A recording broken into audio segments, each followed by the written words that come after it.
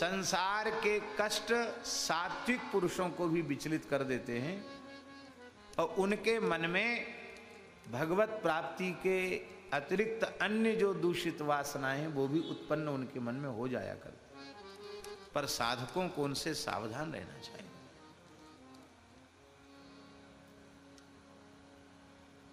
एक घटना सुनाए महाराज जी। हमारे महाराज जी गोवर्धन में रहते थे, भक्तमाली जी महाराज, लक्ष्मण मंदिर में, निर्वाणी अखाड़े में। वहां एक साधु महाराज जी के पास रहते थे, अखाड़े की साधु थे।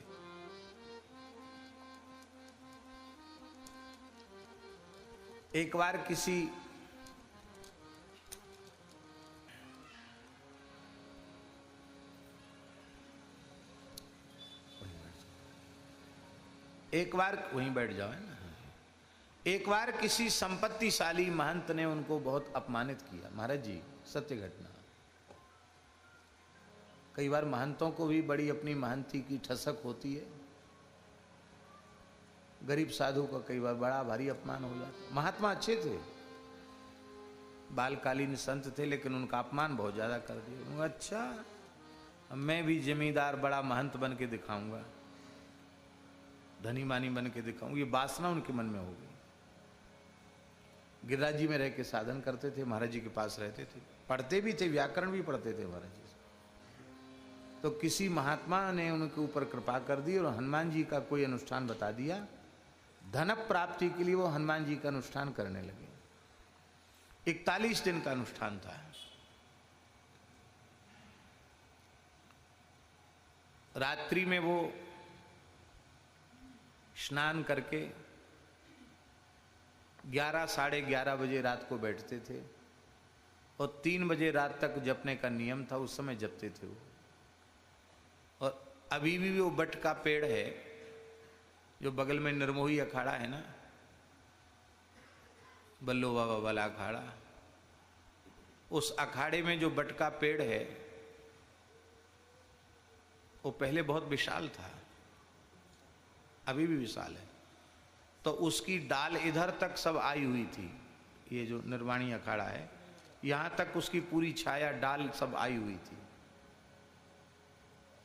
तो उसी के नीचे बैठ के वो जप करते थे रात में एकांत के हिसाब से। एक आसन से जप करना था महाराज जी। तो 41वां दिन जब था, आया अनुष्ठान पूर्ति का आखिरी दिन, तो वो जैसे ही जप करने बैठे तो लगभग रात्रि को 12:30 बजे के करीब एक विशाल बंदर आया और पेड़ की डाली पर बैठा। जिसके नीचे वो बैठे तो उस डाली के ऊपर बंदर आके बैठ गया और उसने पतला मल किया, एकदम पतला, और ऐसा मल ऊपर से बैठ के किया कि वो महात्मा पूरे नहा गए। और गंध भी बड़ी तीखी गंध थी, जैसी मल की होती है, वो भी एकदम बहुत तीव्र गंध। लेकिन वो भी इतने विचित्र थे वो महात्मा पक्के।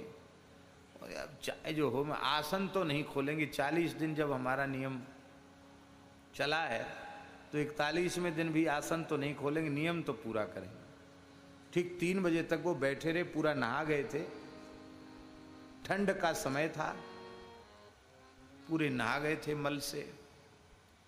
3 बजे जब नियम पूरा हुआ तो गए, मानसी गंगा वहीं है, मानसी गंगा में स्नान किया, वस्त्र धोए और आसन वासन सब धोया, सब खराब हो गया था। महाराज जी का स्वभाव नहीं था कि किसी से पूछें कि तुम क्या कर रहे हो, क्यों रात को बैठते हो, क्या जप करते हो, ये सब पूछने का उनका स्वभाव नहीं था। सवेरे महाराज जी को साष्टांग किया तो महाराज जी ने देखा कि बड़े दुखी हैं वो। महाराज जी ने कहा, कहो अमुक दास दुखी क्यों हो? महाराज जी 41 दिन का अनुष्ठान लिया था, 40 दिन तो बहुत बढ़िया से चला, 41वें दिन नियम तो पूरा हो गया पर बड़ा विघ्न आ गया। क्या हुआ? उन्होंने सारी घटना सुनाई। ये नहीं बताया कि हम किसका अनुष्ठान कर रहे थे, किस लिए कर रहे थे। बोले महाराज आखिरी दिन ऐसे एक बंदर ने डोल लाल कर दिया। महाराज जी बोले तुम हनुमान जी का अनुष्ठान कर रहे थे क्या? बोले हाँ। धन प्राप्ति के लिए कर रहे थे क्या? बोले हाँ। आपको कैसे पता? बोले मल त्याग किया इसलिए पता चल गया। हनुमान जी ज्ञानी नाम अग्रगण्य में उन्होंने बता दिया ये दुर्गंधित मल के जैसी वस्तु ही है धन। तुम साधु होके चाहते तो ले धन, तो तुम इसे विक्षेप मत मानो। अब तुम्हारा अनुष्ठान सफल हुआ। लगता है महंत बनना चाहते हो क्या? संकुचित हो गए।